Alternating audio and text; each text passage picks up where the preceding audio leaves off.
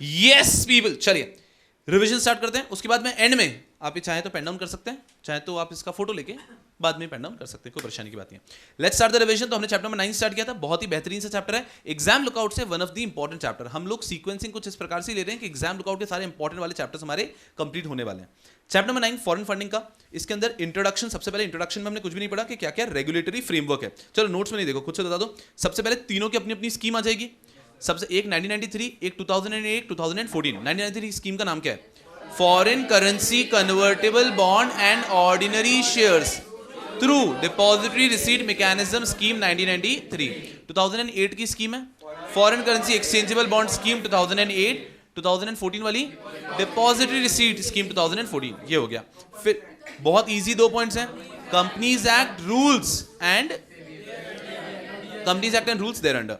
उसके बाद में लास्ट आ जाता है LODR, listing obligation and disclosure requirement regulation 2015।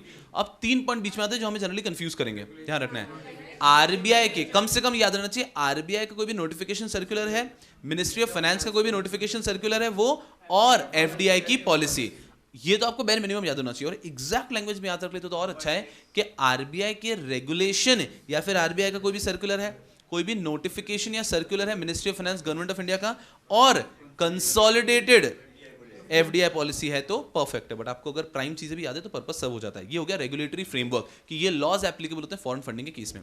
फिर आता है यूरो इशू। क्या होता है यूरो मार्केट में, क्या क्या कवर होता है? तो यूरो इशू को हम कह सकते हैं कि डिपॉजिटरी रिसीट एक पार्ट है, foreign currency convertible bond, foreign currency exchangeable bond एक पार्ट है। फिर डिपॉजिटरी रिसीट के अंदर वापस गेम खेल सकते हैं हम लोग, स्पॉन्सर्ड, अनस्पॉन्सर्ड, और स्पॉन्सर्ड के अंदर वापस capital raising, non capital raising. यहाँ पे फर्दर अगर हम और जाएं तो depository receipts can be listed, unlisted as well. तो हम लोग तो रिस्ट्रिक्टेड तरीके से बात करते हैं।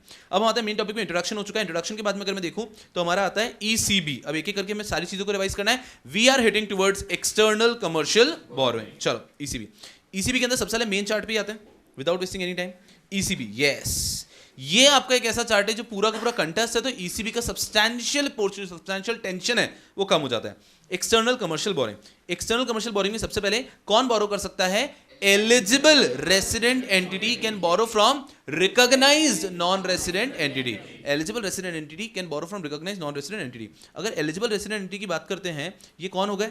Who are eligible for FDI. कौन एलिजिबल है? जो एफडीआई ले सकते हैं। उसके अलावा port trust, units in SEZ, SIDBI, EXIM bank and any entity which is registered in micro finance business, इन सबको एफडीआई लेना अलाउड है। फिर हमने एक और चीज पढ़ी थी, बताओ कौन कौन सी सिक्योरिटीज हैं जो कि एलिजिबल बोरोअर्स के अंदर आ सकती है।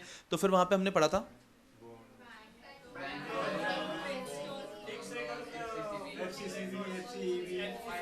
भिन्न भिन्न प्रकार की सिक्योरिटीज हैं जो कि आप रेस कर सकते हैं। Best example would be coming here, bank loan, भले फ्लोटिंग या fix, notes, bonds, debentures, but they should not be convertible.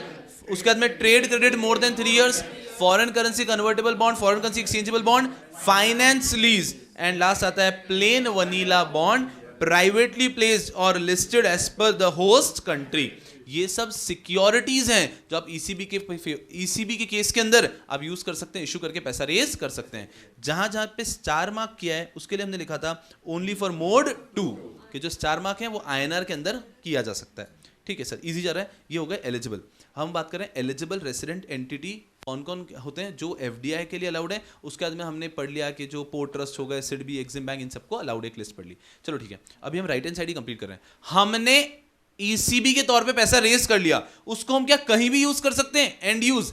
And use में there is a negative list. इसमें 3 तो प्योर पॉइंट है। पहला real estate, capital investment, capital market investment and equity investment. ये 3 pure cases ऐसे हैं कि इसमें तो कभी भी आप ईसीबी रेज नहीं कर सकते। फिर नेक्स्ट 3 जो हैं वो वैसे तो आप रेज नहीं कर सकते, बट उसमें हमारा जमाई रेज कर सकता है, that is foreign equity investor कर सकता है।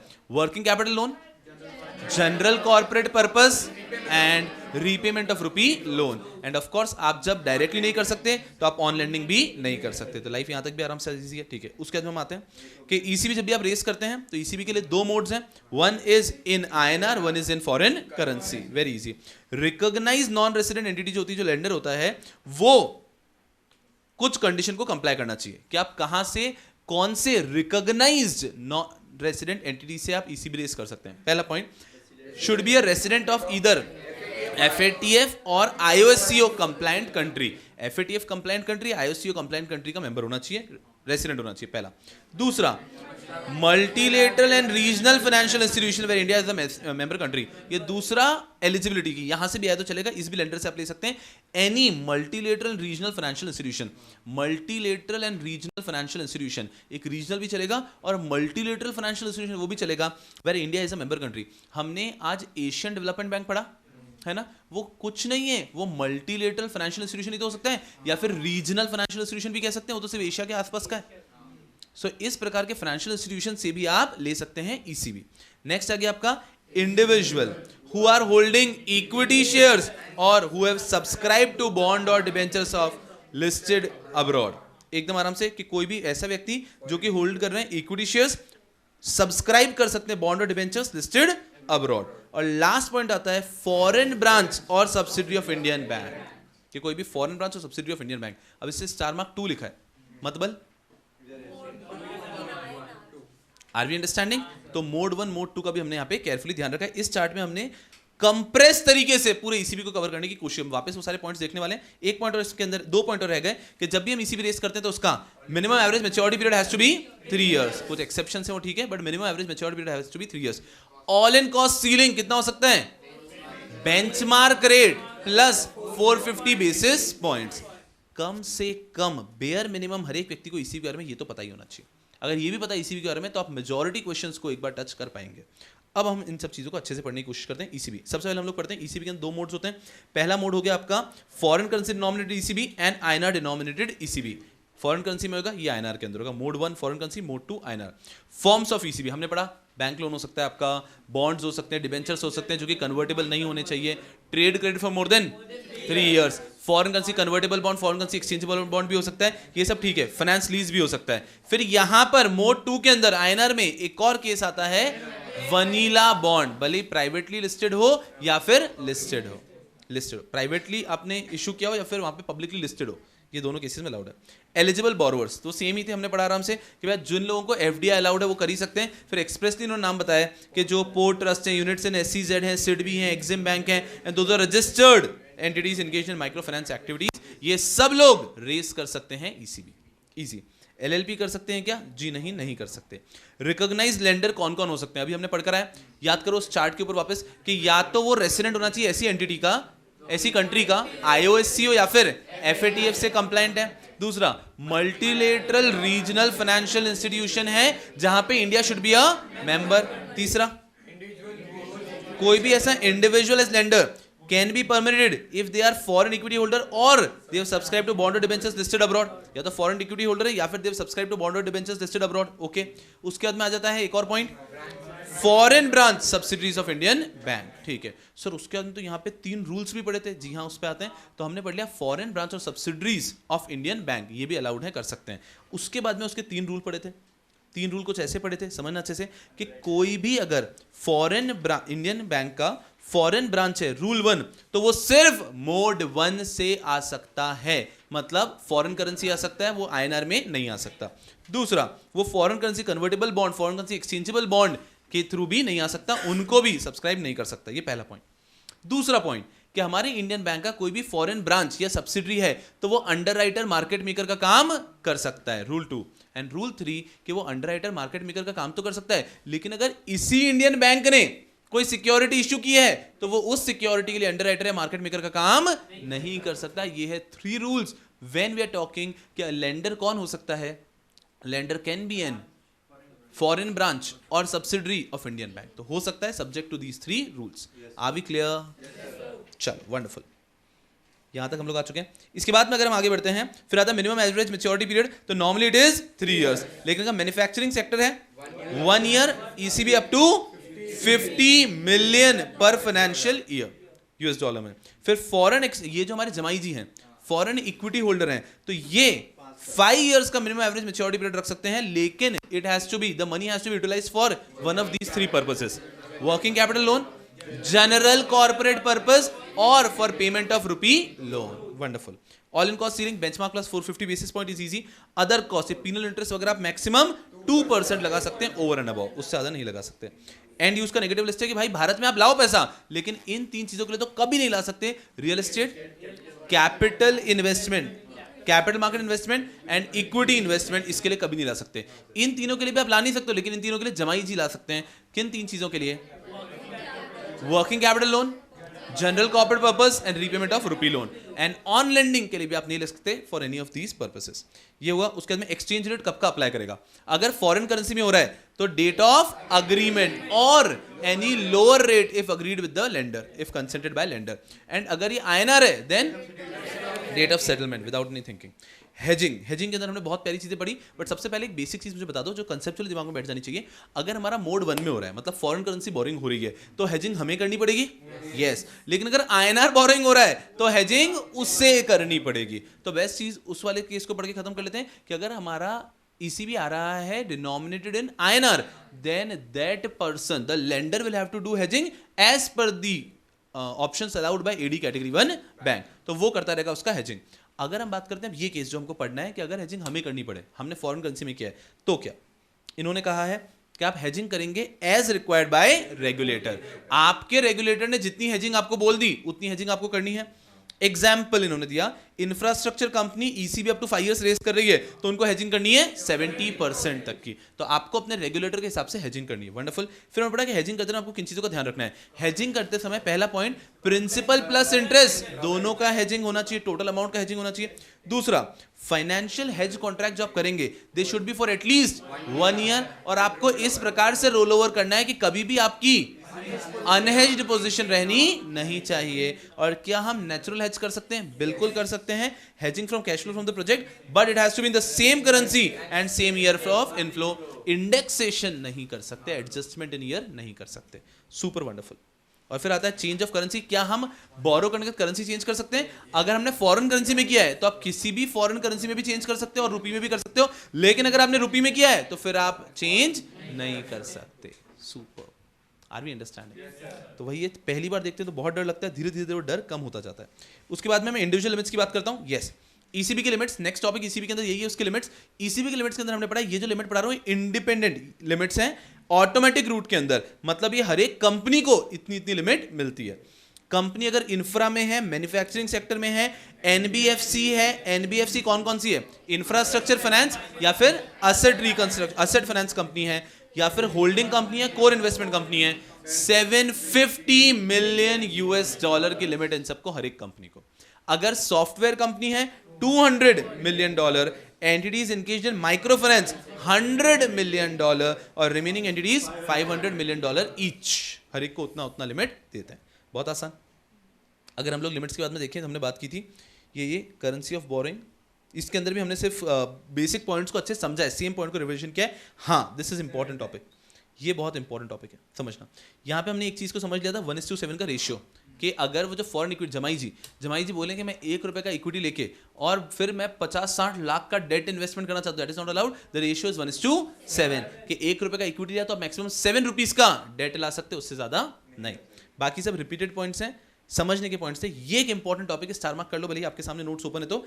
ECB का कन्वर्जन इनटू इक्विटी, कि क्या हम ECB को इक्विटी में कन्वर्ट कर सकते हैं? क्या बिल्कुल कर सकते हैं। क्या कहना है इनका, समझना अच्छे से। आप ECB को इक्विटी में कन्वर्ट कर सकते हैं, but first point, it is covered under automatic route for FDI। वो ऑटोमेटिक रूट में कवर होना चाहिए, और अगर वो अप्रूवल रूट में कवर्ड है तो आपको अप्रूवल लेना होगा। फर्स्ट पॉइंट, क्योंकि आप अब इक्विटी कर रहे हो, अभी तक आप ECB में थे, अब आप FDI में आ जाओगे। तो अगर आपको FDI में आना है तो अगर वो ऑटोमेटिक रूट में है तो ठीक है, और अप्रूवल रूट में तो पहले अप्रूवल लो, then only you can convert your debt into equity. ECB को आप FDI में इक्विटी में तभी कन्वर्ट कर पाएंगे, easy. First point. Second point, अब आपको कंडीशंस का क्या क्या ध्यान रखना है। कंडीशन, आपको लेंडर का कंसेंट लेना होगा, ऑब्वियसली बात, आप कन्वर्ट कर रहे हो तो। कोई भी एडिशनल कॉस्ट है, विदाउट एडिशनल कॉस्ट, आप कोई भी एडिशनल कॉस्ट इनकर किए बिना कन्वर्जन करवाओगे। And third, it should not breach applicable sectoral cap. जो एप्लीकेबल सेक्टोरल कैप होती है, जैसे कि एग्जांपल ऑयल वाली कंपनीज का 10 बिलियन का हमने लिमिट पढ़ा, ऐसी कोई सेक्टोरल कैप है तो उसका ब्रीच भी नहीं करो। आपकी कंपनी का तो आप ध्यान रखोगे ही लिमिट का, और साथ में आपको ओवरऑल सेक्टोरल कैप का भी ध्यान रखना है। तो ये 3 कंडीशन से कंप्लाई करने के बाद ही आप कन्वर्ट कर सकते हो मेरे डेट को इक्विटी में। उसके बाद में प्राइसिंग गाइडलाइंस का भी ध्यान रखना है। रिपोर्टिंग रिक्वायरमेंट पढ़ी ना हमने, लोन नंबर वगैरह, रजिस्ट्रेशन नंबर, उन सबका भी ध्यान रखना है। उसके बाद में जो भी गाइडलाइंस RBI बोलती है उसका भी ध्यान रखना है, और कंसेंट आपको दूसरे लेंडर का भी ले लेना है। जो आपको दूसरे लेंडर उनका भी आपको कंसेंट ले लेना है। Understand very carefully. यहाँ पे टॉपिक हो जाता है खत्म, बट ये पॉइंट बहुत इंपॉर्टेंट, अच्छे से दिमाग में बैठा लो। सबसे पहली चीज कि अगर हम कभी भी ईसीबी को कन्वर्ट कराना चाहते हैं इक्विटी में, सबसे पहले देखो कि एफडीआई में वो ऑटोमेटिक रूट में, अप्रूवल रूट में, अगर ऑटोमेटिक रूट में तो कोई प्रॉब्लम ही नहीं है, अप्रूवल रूट में तो अप्रूवल लो। दूसरा कंडीशन, 3 कंडीशन, लेंडर का consent, no additional cost, and the third point is ensure that you are within the applicable sectoral limit, you are not breaching the limit. उसके बाद में आरबीआई के guidelines का ध्यान रखो, प्राइसिंग रेगुलेशन का ध्यान रखो, रिपोर्टिंग रिक्वायरमेंट का ध्यान रखो, and I think these are the points and concept of other lenders.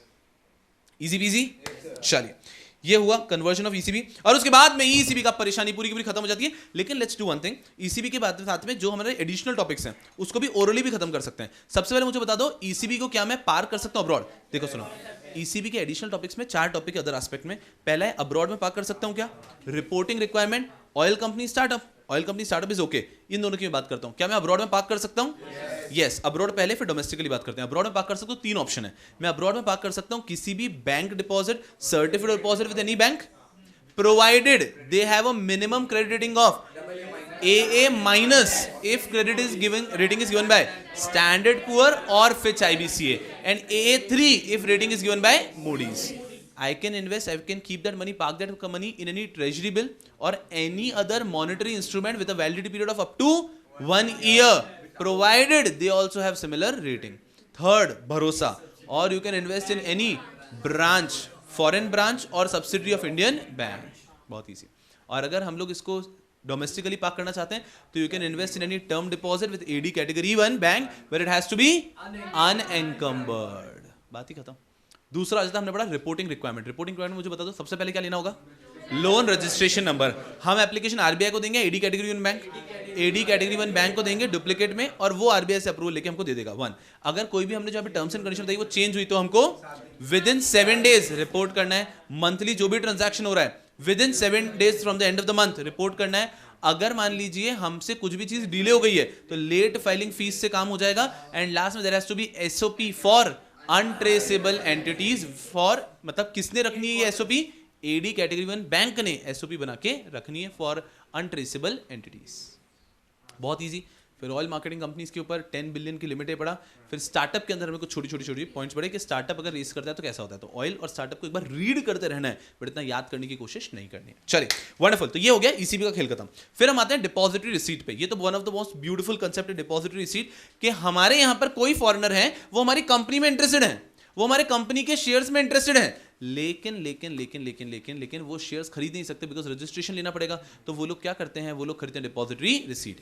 हमारी कंपनी क्या करती है? हमारी कंपनी हमारे शेयर्स को इश्यू करती है टू ओवरसीज डिपॉजिटरी बैंक, और ओवरसीज डिपॉजिटरी बैंक उनको इश्यू कर देती है डिपॉजिटरी रिसीट। सारे rules, regulation, approval Indian laws के अप्लाई करते हैं only while issuing these shares to overseas depository bank.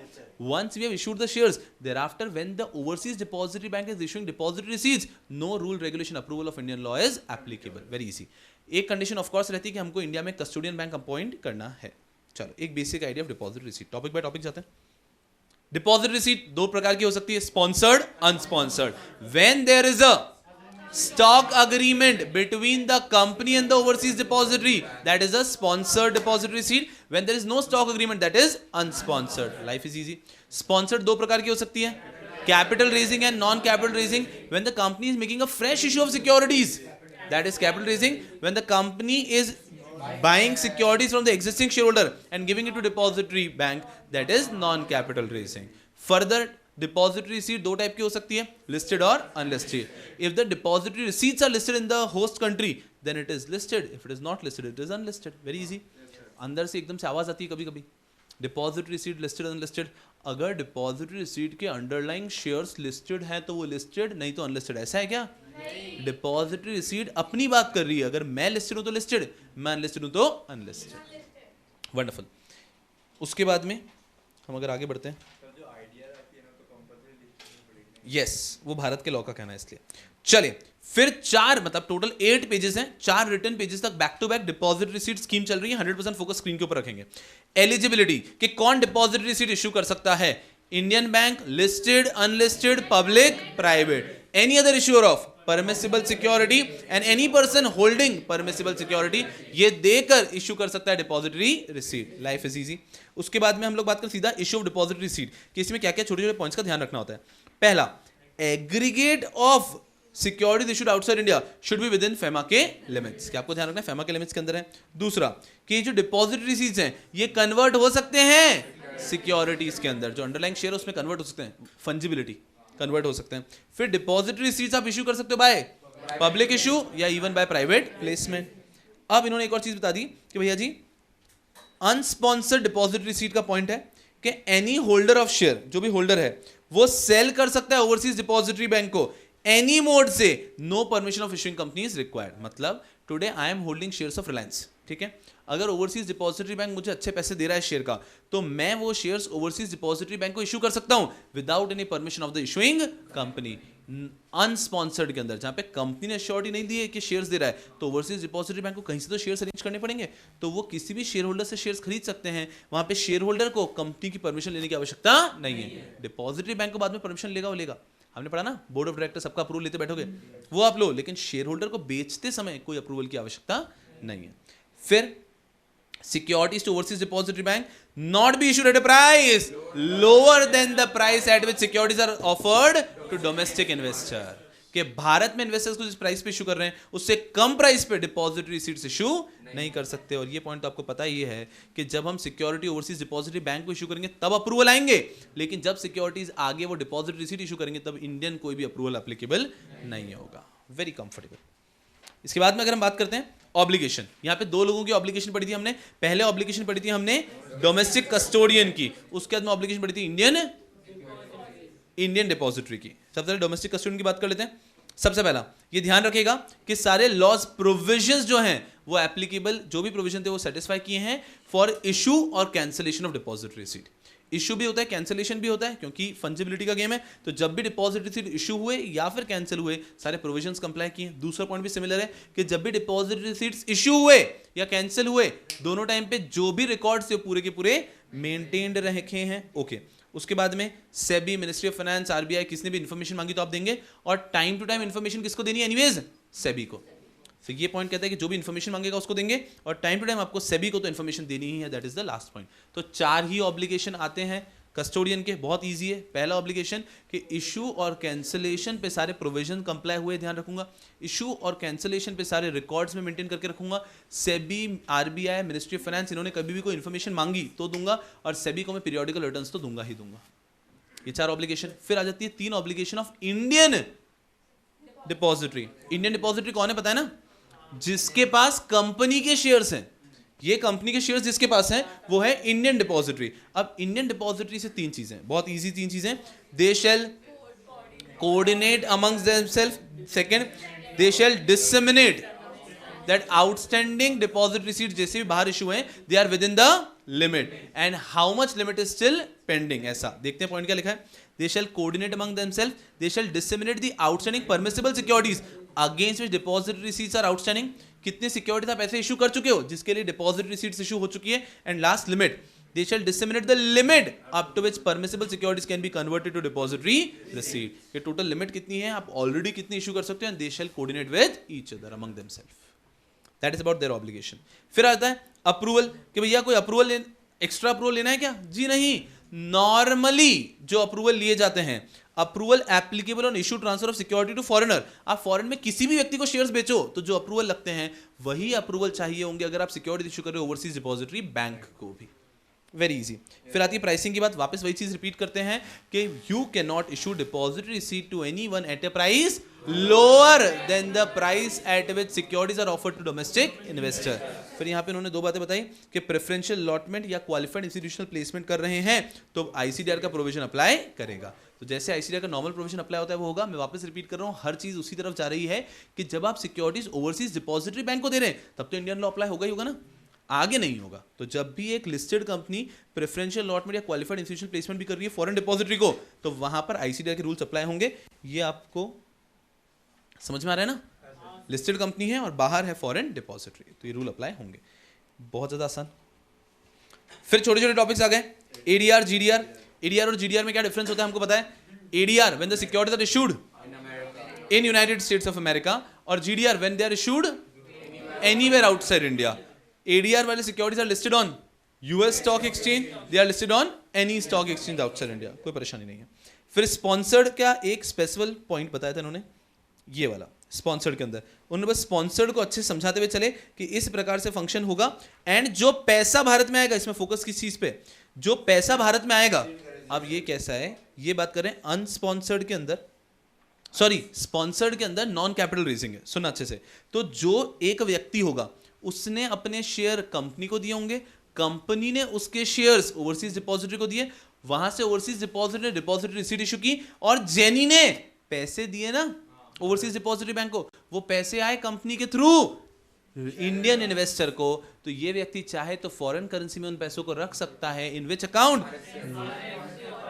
Resident foreign currency account में। यही यहां पे पढ़ा था हमने, क्लियर है। तो रेसिडेंट फॉरेन करेंसी अकाउंट के अंदर वो पैसे मांग सकता है, वो पैसे डॉलर में उसके पास आ सकते हैं। इसके बाद में हमने पढ़ा फंजिबिलिटी, बहुत अच्छे से दिमाग में क्लियर होगा फंजिबिलिटी क्या होता है। भारत में होता है टू वे फंजिबिलिटी, मतलब अगर कोई भी डिपॉजिटरी रिसीट होल्डर चाहे तो he can convert his depository receipts into shares of Indian company, and if any broker wants then broker can buy these securities and then eventually depository receipts can be again sold, कि वापस depository receipt sold की जा सकती है।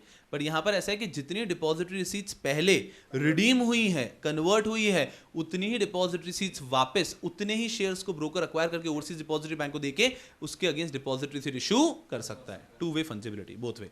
तो if आसान भाषा में ये होता है कि if depository receipts can be converted into equity share, this is one way fungibility, and if these equity shares can again be converted into depository receipts, this is two way fungibility. Life is very easy up till here. चलो यहां तक थे two way.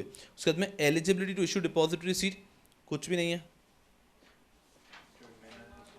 Manner and form of deposit, अब ये सब छोटे छोटे points जो हमको ऑलरेडी पता है, बस क्रिस्टल क्लियर होने के लिए आगे बढ़े। डिपॉजिट रिसीट्स पब्लिक इशू हो सकता है, प्राइवेट प्लेसमेंट हो सकता है, हमने ऑलरेडी पढ़ा। Any other mode abroad, abroad में अगर कोई नया जादू भी होता है तो उस जादू से भी आप इशू कर सकते हो। हर एक कंट्री के अपने अपने रूल्स होते हैं, ठीक है। Deposit receipt can be listed और unlisted, we know. Next, deposit receipt issue की जा सकती है अगेंस्ट न्यू शेयर्स और existing shares, capital raising, non capital raising, securities allotted in the name of overseas depository bank. Depository receipt holder does not become the registered shareholder. We know overseas depository bank के नाम पे register होती है और वो आगे deposit receipt देता है छुपा के। उसके अंदर voting right, voting right is with overseas depository bank. हमारे लॉ में तो बस ये लिखा और छोड़ दिया कि वोटिंग राइट किसके पास होगा, ओवरसीज डिपॉजिटरी बैंक को। बट ओवरसीज डिपॉजिटरी बैंक जब डिपॉजिटरी रिसीट इशू करता है तब एक अग्रीमेंट एंटर किया जा सकता है between three parties, company, overseas depository bank and depository receipt holder, जिसके अंदर वो लिख सकते हैं कि किस प्रकार से वोटिंग इंस्ट्रक्शन दिया जाएगा। वंडरफुल। उसके बाद में प्रोसीड्स ऑफ इशू। अब ये क्या टॉपिक है, मैंने कहा था कि हमारा फोकस इस चीज के ऊपर है कि जब भी बाहर से, हमने एक टॉपिक में पहले पढ़ लिया कि मान लीजिए स्पॉन्सर्ड था और नॉन कैपिटल रेजिंग था, तो बाहर से पैसा आया तो यहाँ पे जो हमारे रेसिडेंट इन्वेस्टर्स थे वो अपने रुपी फॉरेन करेंसी अकाउंट के अंदर पैसे को रख सकते हैं, रेसिडेंट फॉरेन करेंसी अकाउंट के अंदर पैसे को रख सकते हैं। अब ये बात कर रहे हैं कि जब हमने डिपॉजिटरी रिसीट इशू की, वहां पे जो पैसा रेज हुआ है डिपॉजिटरी रिसीट इशू की, मैं लाइफ में कह रहा हूं ना, किसी को बात में मजा आ रहा है यार सर बहुत देर पढ़ा रहे हैं दौड़ तो जब तक वो नहीं हो रहा है तब तक मैं इतना परेशान नहीं होता हूं। चलिए कोई लोड की बात नहीं है। यस यार, शुरू से शुरू करेंगे।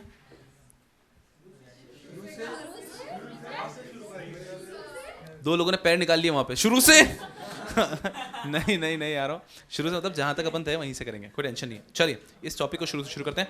यस पीपल, हम लोग कहां पे थे, हम लोग बात कर रहे थे कि जब डिपॉजिट रिसीट रेस किया, चलो फ्लो में आओ, फ्लो में आओ। अभी भी कह रहा हूं, ट्रस्ट मी, ये जो रिवीजन वीडियोस है ना, ये ब्रह्मास्त्र की तरह काम आएंगे बाद में जब उस चैप्टर को देखना होगा। ऐसा तो 100% फोकस करो और अच्छे से इस टाइम पे भी इस रिवीजन का फ्रूटफुल तरीके से यूज करने की कोशिश करो। हम लोग बात कर रहे हैं डिपॉजिटरी रिसीट जब इशू किए जाते हैं, डिपॉजिटरी रिसीट हमने इशू कर दिए, डिपॉजिटरी रिसीट जब इशू किया और जो पैसा आया उस पैसे को हम कहां रख सकते हैं, जब अब्रॉड में पैसा रिसीव कर चुके हैं। पहला is the easiest way, remitted back to India, India में रेमिट कर दिए। दूसरा, you can keep it Indian bank operating abroad, क्या अब्रॉड में कोई इंडियन बैंक वहां पर रख लो, Indian bank operating abroad. And third is any foreign bank which is in the schedule of RBI act, जो आरबीआई के शेड्यूल फॉरेन बैंक से उसमें से किसी एक के पास भी आप रख सकते हो। तीन ऑप्शन है जहां पे आप डिपॉजिटरी रिसीट से रेज किया हुआ पैसा रख सकते हो। रेमिटेड टू इंडिया, इंडिया के में बैंक में रेमिट कर दो, इंडियन बैंक ऑपरेटिंग अब्रॉड, और any foreign bank which is there in the schedule of RBI act. Wonderful.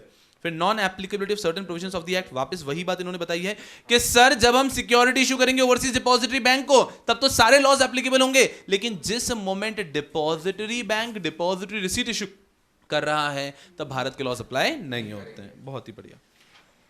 चलिए, इसके बाद में ये सब हो जाता है, फिर आता है procedure for issuance of ADR GDR. Procedure के अंदर सबसे पहले approval, appointment of intermediary, documentation. ये 3 स्टेप हैं और यही 3 पॉइंट पढ़ने हमको कि procedure to issue depository receipt, procedure to issue depository receipt, उसके अंदर कुछ इस प्रकार से कि step 1 is approval, step 2 is appointment of intermediaries and step 3 is documentation. उसके बाद में जो स्टेप्स हैं वो एडिशनल टॉपिक्स के अंदर दे रखे हैं। अप्रूवल लेना है, अप्रूवल किसका लेना है? Board of directors, share holders, in principle and final approval of ministry of finance, in principle approval of stock exchange, in principle approval of financial institutions. Very easy, ठीक है। इसके बाद में अपॉइंटमेंट ऑफ इंटरमीडिएट, चलो बिना देखे बोलने की कोशिश करो। लीड मैनेजर, को लीड, को manager, printer, underwriter, overseas depository bank, domestic custodian, auditor, legal adviser, इस प्रकार के सारे हमको इंटरमीडियरीज चाहिए होते हैं। यस, सब कवर होगा जैसे से। चलिए, इसके बाद में हम जाते हैं डॉक्यूमेंटेशन पे। तो 3 डॉक्यूमेंटेशन है जो कि ईसीबी के अंदर आते हैं mostly. Subscription agreement, depository agreement, custodian agreement. हमें 2 चीजें ध्यान रखनी है हर एक अग्रीमेंट को लेके कि ये किन लोगों के बीच में एंटर होता है और इसके अंदर सब्सटेंशियली क्या होता है बेसिकली। तो अगर बात करते हैं इंडियन कंपनी और लीड मैनेजर के बीच में होता है subscription agreement. It provides for the duty of lead manager to subscribe for the securities. उन्होंने इतना सा लिख के छोड़ा हुआ है, बट उसका मतलब ये है he will subscribe for the securities if it is unsold in the foreign market. अगर डिपॉजिटरी रिसीट नहीं बिक पाए तो ये खरीदेगा। उसके बाद में आता है depository agreement between Indian company and overseas depository bank. This list down the duties and rights of overseas depository bank के उसके क्या क्या बैंक होंगे। और लास्ट लिया जाता है custodian agreement. This list down the rights, the duties of domestic custodian and it also has certain duties which were there in the depository agreement. तो डिपॉजिटरी अग्रीमेंट में जो जो ड्यूटी आती है ओवरसीज डिपॉजिटरी बैंक की, उसी के तहत कहीं ना कहीं आपको कस्टोडियन के साथ में एक अग्रीमेंट एंटर करना पड़ता है। तो इस प्रकार की मेजर चीजें, बाकी छोटे छोटे पॉइंट्स रहते हैं। 2 और अग्रीमेंट हमने इसी के अंदर पढ़ लिए थे, agency agreement and trust deed. वो आते हैं फॉरेन करेंसी कन्वर्टेबल बॉन्ड के अंदर, बट हम यहीं पे पढ़ के रैप अप करते हैं, आसान जाता है डिपॉजिट रिसीट के टॉपिक के अंदर ही। तो ये 2 सेपरेट अग्रीमेंट है, उसको यहीं पे पढ़ रहे हैं। Agency agreement, agency agreement is an agreement entered between conversion agent and Indian company. ये क्या करता है, इसकी रिस्पॉन्सिबिलिटी होती है to ensure that everyone is paid interest का अमाउंट एंड प्रिंसिपल का amount out of the fund given by the company only, and at the time of conversion also this conversion agent agrees, coordinates with the company to communicate the number of people who want to exercise the conversion option and those who want to redeem the bond. Conversion agent. फिर दूसरा आ जाता है हमारा trust deed. Trust deed is an agreement, a covenant entered between the company and the trustee. Trustee is a person who guarantees the payment of interest or in case of non conversion redemption का amount. जो guarantee करता है that person is the trustee. अभी getting a fair idea? एकदम straight away किन लोगों के बीच में enter है, उसके अंदर mainly क्या होता है, ये 2 चीजें याद होनी चाहिए। इसके बाद में अगर मैं आगे बढ़ता हूँ, other related concept, offering circular, ये हमको एडिशनल टॉपिक के साथ इनलाइन में पढ़ना पड़ता है। Offering circular, it is a mirror through which the prospective investor can see कि मैं कहाँ पे इन्वेस्ट कर रहा हूँ। उसके बाद में financial strength of the company रहती है, business promotion activities, track record of promoters, ability, ये सब चीजें रहती है। तो ऑफरिंग सर्कुलर का फ्रेश आइडिया एक पॉइंट इससे बनता है। उसके अंदर सीधा आ जाना चाहिए एग्जाम में अगर ऑफरिंग सर्कुलर है तो contents of offering circular. Contents के अंदर जो हमने पढ़ा उसी में से कुछ पॉइंट आ जाएंगे। कैपिटलाइजेशन, डिविडेंड की बात, बैकग्राउंड ऑफ द कंपनी की बात, कंपनी के शेयर के प्राइस क्या चल रहे हैं, डिपॉजिटरी रिसीट के प्राइस क्या होने वाले हैं, उसके बाद में आपके लीगल इश्यूज क्या चल रहे हैं, आपका कैपिटल स्ट्रक्चर कितना है, ग्रुप इन्वेस्टमेंट कंपनीज का क्या है, बिजनेस लाइन क्या है आपकी, आपका इंटरनेशनल स्पेस के अंदर क्या पोजीशनिंग है। तो ये एक बेसिक आइडिया है जो कि आपके ऑफरिंग सर्कुलर के अंदर रहता है। जो चीज़ें रोड शोज में होती है वो आप ऑफरिंग सर्कुलर में कभी भी लिख सकते हैं, लेकिन जो चीज़ ऑफरिंग सर्कुलर वो आप रोड शोज में नहीं लिख सकते हो। ऑफरिंग सर्कुलर इतना डिटेल होता है कि उसमें रोड शो का सब कंटेंट तो होता ही है और एडिशनल कंटेंट होता है। ये हुआ। फिर रिसर्च पेपर, रिसर्च पेपर ठीक है, क्या पब्लिक के रिसर्चर बनाते हैं क्या? लीड मैनेजर के टीम के जो रिसर्च एनालिस्ट होते हैं उनको हम रिसर्च पेपर बनाने के लिए बोलते हैं, जिसमें कंपनी की डिटेल इंफॉर्मेशन होती है, जिसको देख के investor can decide whether to invest in the company और not. Pre marketing, pre marketing is a tool to evaluate the prospects of the issue, कि हमें हमारा इशू कैसे चल रहा है उसको इवेल्युएट करने के लिए प्री मार्केटिंग की जाती है। It is done very closer to the issue opening date, उसके पहले किया जाता है to meet the prospective investor, understand the market and probable response from the prospective investor कि इन्वेस्ट हमारा जो हम इशू ला रहे हैं उसका रिस्पॉन्स कैसा रहने वाला है। उसके बाद प्री मार्केटिंग हेल्प करती है हमको to understand the valuation of the share, geographic location of the investor कि किस प्रकार के लोग इंटरेस्टेड है। जैसे कि अभी हमने बात की कि रोड शोज भी हम करते हैं तो हमें समझ में आता है कि कहाँ के लोग इंटरेस्टेड है, वहां पे हम अग्रेसिवली फिर इशू करेंगे। तो ये प्री मार्केटिंग में भी ये काम हो जाता है and it provides vital information for taking important decisions relating to timing, pricing and size कि हम डिसीजन ले पाते हैं। ये कुछ ऐसे पॉइंट्स हैं जो कि आपको हर रिवीजन के अंदर केयरफुली पढ़ना पड़ेगा, बिकॉज इसके अंदर कैसा है कि ऐसा नहीं है ना कि कंसेप्ट तो याद रहेगा, capital raising, non capital sponsored, ये फिट हो जाते हैं, ये रहते हैं हमेशा, बट यहाँ के पॉइंट्स को हर बार पढ़ना पड़ता है। जितनी बार रिवीजन करेंगे उतना ही स्थिर तरीके से दिमाग में बैठता है। और कभी कभी ये भी होता है कि 5 पॉइंट में से याद 4 ही आ रहे हैं, लेकिन कोशिश करनी कि हर बार रिवीजन में करते रहेंगे। अगर कभी कोई 5 में से 4 याद आ रहे हैं ठीक है, तो अगले रिवीजन में 3 याद आएंगे, अगले रिवीजन में 2 आएंगे, एग्जाम में 1 लिखोगे। तो कोशिश ही करते रहो हर रिवीजन में 5 पॉइंट याद नहीं है, कोई भी वापस रीड कर लिया, वापस रीड कर लिया, वापस रीड कर लिया, तो एग्जाम तक हम सब्सटेंशियल पॉइंट्स लेके जा पाते हैं। इसके बाद में आगे बढ़ रहे हैं timing, pricing and size of the issue. Timing वो समझ लो जो हमारे बिजनेस के लिए, हमारे कंपनी के लिए कंड्यूसिव है एंड जब हमारे फंडामेंटल स्ट्रांग है। साइज और प्राइस जो है they should be inversely related, ऐसा उन्होंने लिख के दिया, हमने मान लिया। रोड शोज 3 लोग मिलते हैं, issuer, investor and analyst. Road shows के कंटेंट्स भी हमने पढ़े। रोड शो के कंटेंट के अंदर हमने क्या पढ़ा? History of the company, promoter, operating structure, operational structure कैसा है कंपनी का, फिर कंपनी के शेयर का प्राइस क्या है, नेशनल इंटरनेशनल लेवल पे उनकी पोजीशन क्या है, इस प्रकार के सारे पॉइंट्स हम वहां पे लिखते हैं रोड शोज के अंदर। इसके अंदर ये भी लिखा है कि प्राइसिंग बहुत क्रिटिकल चीज जो आप डिसाइड करेंगे। बुक बिल्डिंग से इनका मतलब होता है प्राइसिंग कैसे डिटरमिन करेंगे। प्राइसिंग डिटरमिन करते समय बहुत सारी चीजों का ध्यान रखोगे आप, उन्होंने कुछ एग्जांपल दिए हैं कि आपके फ्यूचर अर्निंग कैसी है, पोटेंशियल कैसा है, फंडामेंटल कैसा है, कभी आपकी कंट्री की इकोनॉमिक स्टेटस कैसा है, स्टेट कैसा है, प्रेवलेंट प्रैक्टिस, इन्वेस्टर के sentiment, behaviour towards issues of particular country, domestic market process कैसा है, credit rating of the country कैसी है, इंटरेस्ट रेट कैसा चल रहा है और एग्जिट रूट अवेलेबल होगा या नहीं होगा। तो इन सब चीजों के बेसिस पे आप डिसाइड करोगे कि डिपॉजिटरी रिसीट का प्राइस कैसा रखना है। तो that's quite easy. Road shows का टॉपिक है, एग्जाम में अगर आता है रोड शो या ऑफरिंग सर्कुलर, साथ में कंटेंट्स के हमें कुछ पॉइंट लिखकर आने हैं अनिवार्य रूप से। क्लोजिंग ऑफ द इशू आप कब करोगे? सारा का सारा कंप्लीट लीगल डॉक्यूमेंटेशन हो गया, अलॉटमेंट हो चुका है, कस्टडी हमने दे दी है कस्टोडियन को, रजिस्टर ऑफ मेंबर में नाम ऐड हो चुका है ओवरसीज डिपॉजिटरी बैंक को। इस तरह से आप क्लोज करते हो इशू को, no big deal. Investor relation program आपको ध्यान रखना है, इन्वेस्टर रिलेशन प्रोग्राम रहे, आप टाइम टू टाइम क्वार्टरली उनको रिपोर्ट्स देते रहे जो भी चीज़ यहाँ पे चल रही है, सो दैट कल को आपको वापस एक इशू लाना होगा तो आपकी गुडविल मेंटेन रहेगी और आप एक और फर्दर इशू ला सकते हो बहुत comfortably. Are we understanding? Easy. इसके बाद में हमारा डिपॉजिट रिसीट भी खत्म हो जाता है और इसके बाद में हम बढ़ते हैं आगे towards foreign currency convertible bond. Foreign currency convertible bond बहुत ही इजी कंसेप्ट है, इसके नाम में ही सब कुछ छुपा है। सिर्फ एक पॉइंट आपको याद रखना पड़ेगा, दैट इज अनसिक्योर्ड, बाकी सब कुछ लिखा है। Foreign currency convertible bond, bond है मतलब इंटरेस्ट पेमेंट होगा पीरियोडिकली और एंड में प्रिंसिपल पेमेंट आएगा। फॉरेन करेंसी में है मतलब it will be denominated in foreign currency, interest principal payment in foreign currency. Convertible है मतलब इसके अंदर एक ऑप्शन होगा to convert into equity shares of the issuing company. Same रहेगा foreign currency exchangeable bond, but change हो जाएगा, it is exchangeable into equity shares of offered company. बहुत ही बढ़िया। और एक चीज ध्यान रखना होता है कि ये क्या है, अनसिक्योर्ड है, बाकी सब तो इजी जाता है, कोई प्रॉब्लम नहीं है। हम लोग सीधा यहाँ पर आते हैं benefits to the issuer, benefits to investor. Issuer को क्या बेनिफिट है? कम इंटरेस्ट रेट देना पड़ता है। Second, no immediate equity dilution, immediate नहीं हो रहा है, हो सकता है बाद में होगा। And last is raise faster, बहुत फास्ट जाता है as compare to other bond issue. तो 3 बेनिफिट्स हैं इशूअर को लेके। अब इन्वेस्टर को क्या बेनिफिट है? प्रैक्टिकली 3 याद रखने बट उससे बन जाते हैं benefits of debt as well as equity. वापस डेट के अंदर बोलेंगे नो डाउनसाइड रिस्क, उसके बाद में फिक्स्ड इंटरेस्ट रेट, इक्विटी के अंदर upside potential, the possibility of capital appreciation, ये सब बेनिफिट्स दे लेते हैं हम लोग। उसके बाद में दूसरा पॉइंट आ जाता है हमारा सिग्निफिकेंट वाईटीएम आपका शॉर्ट रहता है एंड लोअर टैक्स लायबिलिटी। तो 3 पॉइंट से 3 से मल्टीपल पॉइंट बन जाते हैं बेनिफिट्स टू इन्वेस्टर।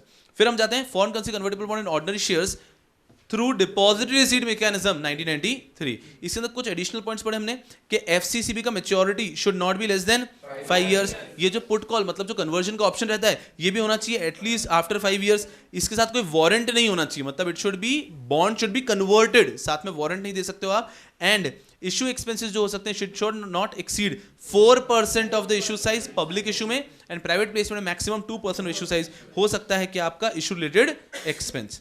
फिर उन्होंने एक कंसेप्ट बताया कि कभी कभी जीडीआर के साथ भी एफसीसी भी चिपक सकता है। तो उसमें क्या हो रहा है समझना अच्छे से, आप ग्लोबल डिपॉजिटरी रिसीट इशू कर रहे हो जहां पे अंडरलाइंग सिक्योरिटी क्या हो गया, फॉरेन करेंसी कन्वर्टेबल बॉन्ड।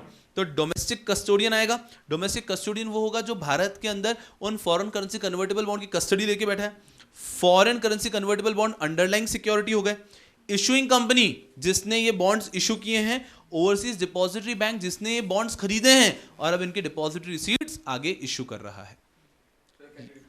वापस एक बार अगर हम बात करते हैं GDR with foreign currency convertible bond, GDR with foreign currency convertible bond, यहां पर इसके अंदर क्या हो रहा है, issue of GDR where FCCB is the underlying asset. तो इशुइंग कंपनी है, उसने foreign currency convertible bond issue कर दिए, तो नॉर्मल होता है, ठीक है।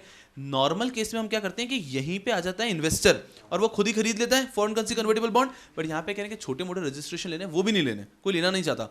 तो एक ओवरसीज डिपॉजिटरी बैंक आता है, जैसे वो शेयर्स को लेता है जीडीआर के केस में, उसी प्रकार से यहां पे क्या ले लेता है वो फॉरेन करेंसी कन्वर्टेबल बॉन्ड। अब कस्टोडियन तो अपॉइंट करना कंपलसरी है, वो भी कर दिया। और यहां पे जो डिपॉजिटरी रिसीट्स खरीद रहे हैं वो लोग प्रैक्टिकली खरीद रहे हैं एक ऐसी डिपॉजिटरी रिसीट जिसके अंदर अंडरलाइंग सिक्योरिटी क्या है, फॉरेन करेंसी कन्वर्टेबल बॉन्ड। ये इंटरेस्ट पे हुआ इनको मिलेगा, इंटरेस्ट पे हुआ इनको मिलेगा, इंटरेस्ट पे हुआ इनको मिलेगा।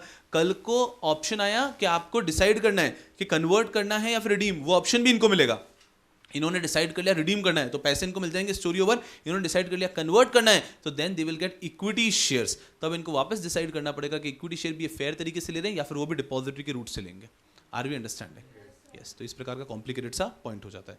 Are we understanding? एक फेयर आइडिया? चलिए, तो ये एक स्पेशल केस है जब हम एफसीसीबी को जीडीआर के साथ में मिक्स कर रहे हैं। इसके बाद में लास्ट पेज आता है हमारा, that is foreign currency exchangeable bond scheme 2008। इसमें सबसे पहले issuer company, it has to be of the same promoter group. Issuer company, offered company, ये सेम प्रमोटर ग्रुप के अंदर होने चाहिए। नेक्स्ट आता है ऑफर्ड कंपनी। ऑफर्ड कंपनी को भी उसकी it has to be a listed company and eligible to raise FDI, ECB and foreign currency convertible bond, eligible होनी चाहिए। Entities not eligible to issue FCCB, कोई भी ऐसी एंटिटी जिसको सेबी ने डिबार कर रखा है तो वो रेज नहीं कर सकती है। कोई भी ऐसी एंटिटी जिसको सेबी ने डिबार कर रखा है वो ले भी नहीं सकती है। तो ना तो इंडियन एंटिटी डिबार्ड होनी चाहिए, ना ही फॉरेन एंटिटी डिबार्ड होनी चाहिए। ये यहां पे eligible subscriber comply with FDI policy and sectoral cap and prior approval of FIPB. क्या आपको ध्यान रखना है, आपको सेक्टोरल कैप का ध्यान रखना है and you should have a prior approval of FIPB, आपका फॉरेन इन्वेस्टमेंट प्रमोशन बोर्ड। बहुत इजी। फिर आता है हमारा एंड यूज रेस्ट्रिक्शन, सेम तरीके से आता है issuing company, promoter company. Issuing company जो है, the proceeds of FCB may be invested in promoter group company. आप जो ला रहे हैं प्रमोटर के ग्रुप कंपनी में आप इन्वेस्ट कर सकते हैं। The proceeds can be invested overseas by way of direct investment including joint venture, wholly owned subsidy, subject to the existing guidelines on the this regard. मतलब आप चाहो तो भारत में ले आओ और प्रमोटर कंपनी के लिए यूज कर लो। आप चाहो तो आप ही के फॉरेन में जो जॉइंट वेंचर्स या होली ओन्ड सब्सिडीज हैं वहां पे भी आप एफसीसीबी के पैसे को यूज कर सकते हो। तो आपका यूटिलाइजेशन यहां भी हो सकता है, भारत में भी हो सकता है। प्रमोटर कंपनी का मतलब बताया सिंपल कि promoter company receiving investment out of FCB proceed may utilise the amount in accordance with end use prescribed under FDI. वो जो अपना रियल एस्टेट वाला गेम है, real estate, capital market investment, equity investment, उसके बाद में 3 जो जमाई को अलाउड, बाकियों को अलाउड नहीं है, working capital, general corporate purpose and repayment of rupee loan, वो रेस्ट्रिक्शन यहां पे भी लगता है as it is. All in cost ceiling is the same, कुछ भी नहीं है। फिर ऑपरेशनल प्रोसीजर क्या है, आरबीआई का अप्रूवल लेना है and it has to be denominated in foreign currency. Very easy. Pricing of FCB, कि प्राइसिंग ऑफ एफसीबी कैसे रखेंगे, तो प्राइसिंग के अंदर हमने एक्चुअली कुछ और पढ़ा है। हमने पढ़ा है कि कम से कम इतना तो प्राइसिंग होगा तो ही एफसीबी इशू कर सकते हैं। आप देखेंगे आपके पिछले 2 months and 2 weeks, सही बात है, 6 months and 2 weeks, 6 months का आपका average of weekly high and low लेंगे ऑफ लास्ट 6 months और लेंगे average of weekly high end of last 2 weeks। ये दोनों को लेंगे, विच एवर इज हायर, कम से कम इतना तो आपका एक्सचेंज प्राइस होना ही चाहिए, तभी आप इशू कर पाएंगे foreign currency exchangeable bond. Are we clear? Example के साथ में पढ़ा था हमने इसको। और फिर लास्ट टॉपिक आता है यहाँ पे, मैच्योरिटी कितना रहेगा।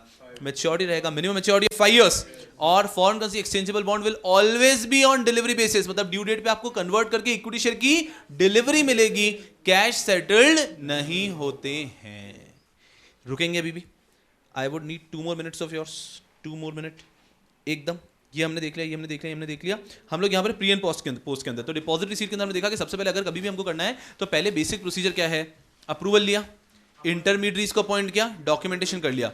इसके अलावा सब कमेटी बनाओ, सिंडिकेट मेंबर्स को अपॉइंट करो, एक टास्क फोर्स से ड्यू डिलिजेंस करवाओ, लिस्टिंग करवानी है तो करवाओ, और फिर हमारे बैक टू बैक पॉइंट्स आ जाएंगे, offering circular, research paper, pre marketing, timing, pricing, road shows, book building and pricing, closing of the issue, allotment, investor relation program, quarterly settlement. ये सब हेडिंग हमने पढ़ी थी। ये सब क्या होते हैं? दीज आर ऑल की एक्शंस फॉर डिपॉजिटरी रिसीट। कि डिपॉजिट रिसीट इशू करना, तो ये की एक्शन है।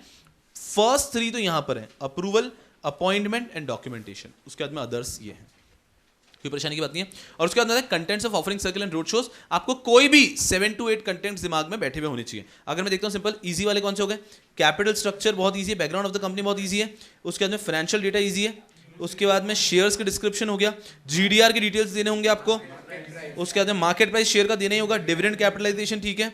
उसके बाद में स्टेटस ऑफ अप्रूवल क्या है, लीगल मैटर्स तो बहुत ईजी है, अदर जनरल इन्फॉर्मेशन मत बोलो, ठीक है ठीक है। टैक्स एस्पेक्ट, सेबी का, आई थिंक 7 to 8 सब रीड करते रहो हर बार, 7 to 8 तो मस्ती से बैठते हैं दिमाग के अंदर।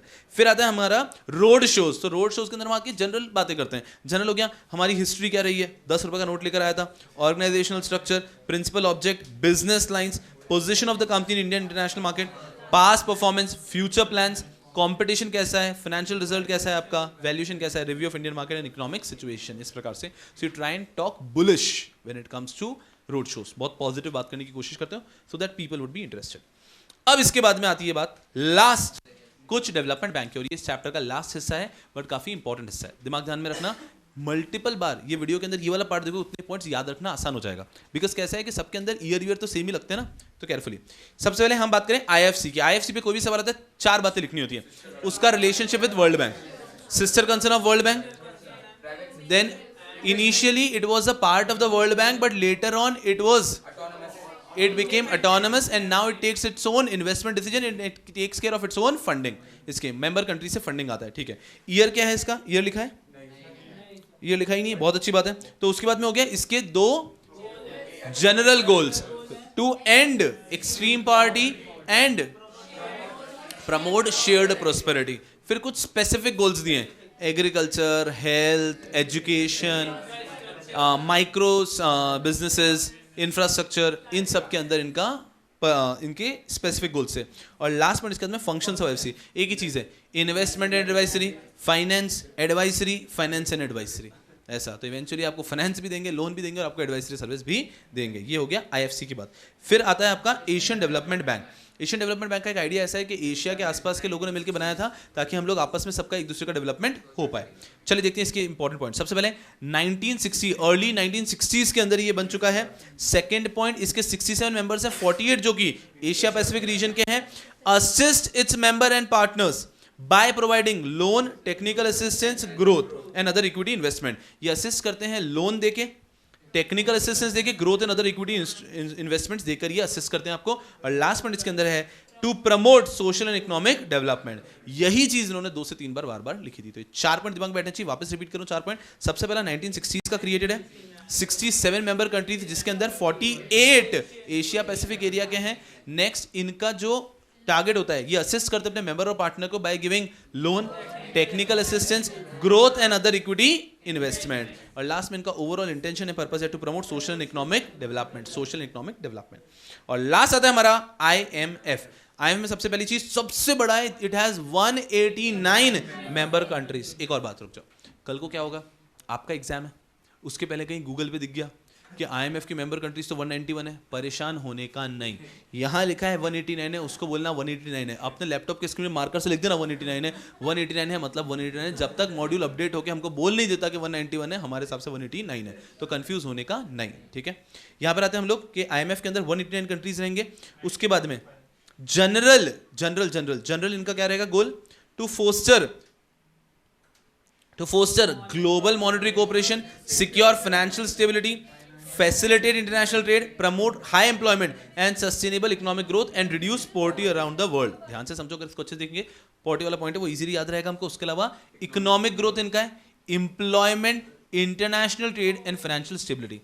प्रैक्टिकली पॉइंट वही है, बस लैंग्वेज काफी हैवी यूज कर लिया इन्होंने। अच्छे समझो, फाइनेंशियल स्टेबिलिटी चाहिए, ठीक है, एम्प्लॉयमेंट चाहिए, ठीक है, पोवर्टी हटाना है, ठीक है, और इकोनॉमिक ग्रोथ चाहिए। पॉइंट तो यही है ना, it's just the language is quite heavy, तो केयरफुली देख के लिखना है। डन हो गया।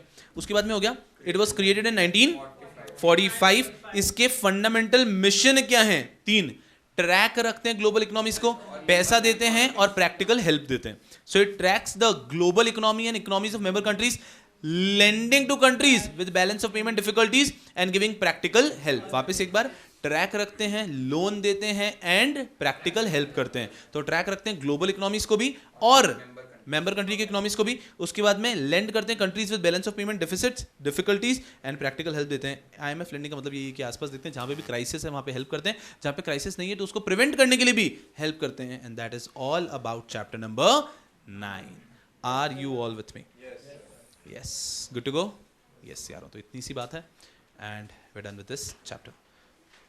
बस यारों, खेलो कूदो ऐश करो.